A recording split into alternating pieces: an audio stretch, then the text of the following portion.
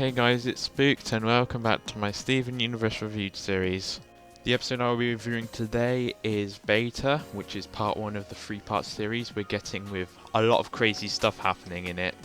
And this episode was mainly the lead up into the next episode, Earthlings. Steven leads Amethyst out on a walk to the barn so she can take a break from worrying about Jasper all the time. They meet up with Lapis and Peridot and realise that they have modified the barn. The barn has now many objects of art that they have created, or as they call it, meat morphs. All of the morphs shown around the barn are to represent important events in their life on Earth. After Lapis and Peridot demonstrate what they do while at the barn, Amethyst complains that it's garbage what they are doing and they are wasting time, so she goes out to train to be better and fight Jasper. Steven tells Peridot the situation about Amethyst is bummed out, how she hasn't come out like Jasper is. Peridot tries to cheer up Amethyst through jokes, and also explains how Jasper's and Amethyst's are grown in 2 different kindergartens. This is the first time Steven and Amethyst have heard about this. So Peridot checks on Lapis to see if she's alright, and then the 3 head off to the Beta kindergarten.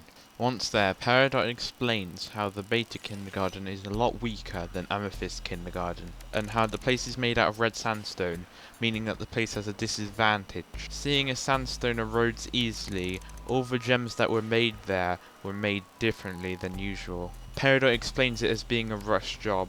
Peridot states that the holes made in the Beta kindergarten can't come close to anything made in the other kindergarten where Amethyst was made, until Amethyst points out one of the holes, which Peridot states to be a very good hole and is perfect in every shape and form. They then figure out it's Jasper's hole and Amethyst gets more depressed about it, until Steven gives her motivation, stating that she doesn't need to be what she once meant to be, and she should be who she desires to be. She then states she's going to beat Jasper for her goodwill and the other runts that were made in the Beta kindergarten. Then Peridot notices one of the holes has been made very recently, and as they continue on in the Beta kindergarten, they find that bars have blocked up every hole there. This is where Jasper is keeping her army and all the corrupted gems locked up, and the episode ends off with Jasper standing in the sandstorm. Now this episode was really only a lead up into Earthlings. We got to the main part of the episode, which was motivating Amethyst to go and fight Jasper once again and hopefully this time beat her. It was interesting of course to see the Beta kindergarten, and Amethyst receives her motivation by knowing that she isn't the only runt. I, of course, as a Lapidot shipper, loved the Lapidot pairing in this episode. This is the first time we get to see them getting along as a pair, and how Lapis has started to enjoy watching Camp Pining Hearts with Peridot.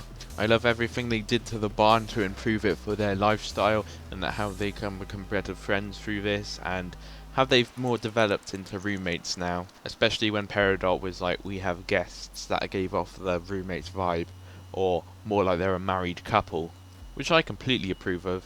They seem to be getting on very well, other than the fact they have nothing else to do except make art and watch Camp Pining Hearts. Now we've got another location yet again added to the show, and the design of the Beta kindergarten is a much more lighter than the other kindergarten we've been introduced to.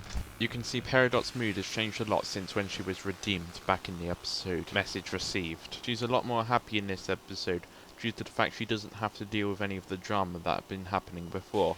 Now that she's getting along with Lapis, she doesn't care about any of that, and has started to become a really happy gem, who loves living on Earth and everything about Earth. This is brought up fully more in the next episode, but you can see Peridot has adapted to the way of life over time. Well, seeing as this episode was more of a build-up episode than anything, I can't really talk for much longer about the episode, so my ending score for this episode is 7 out of 10.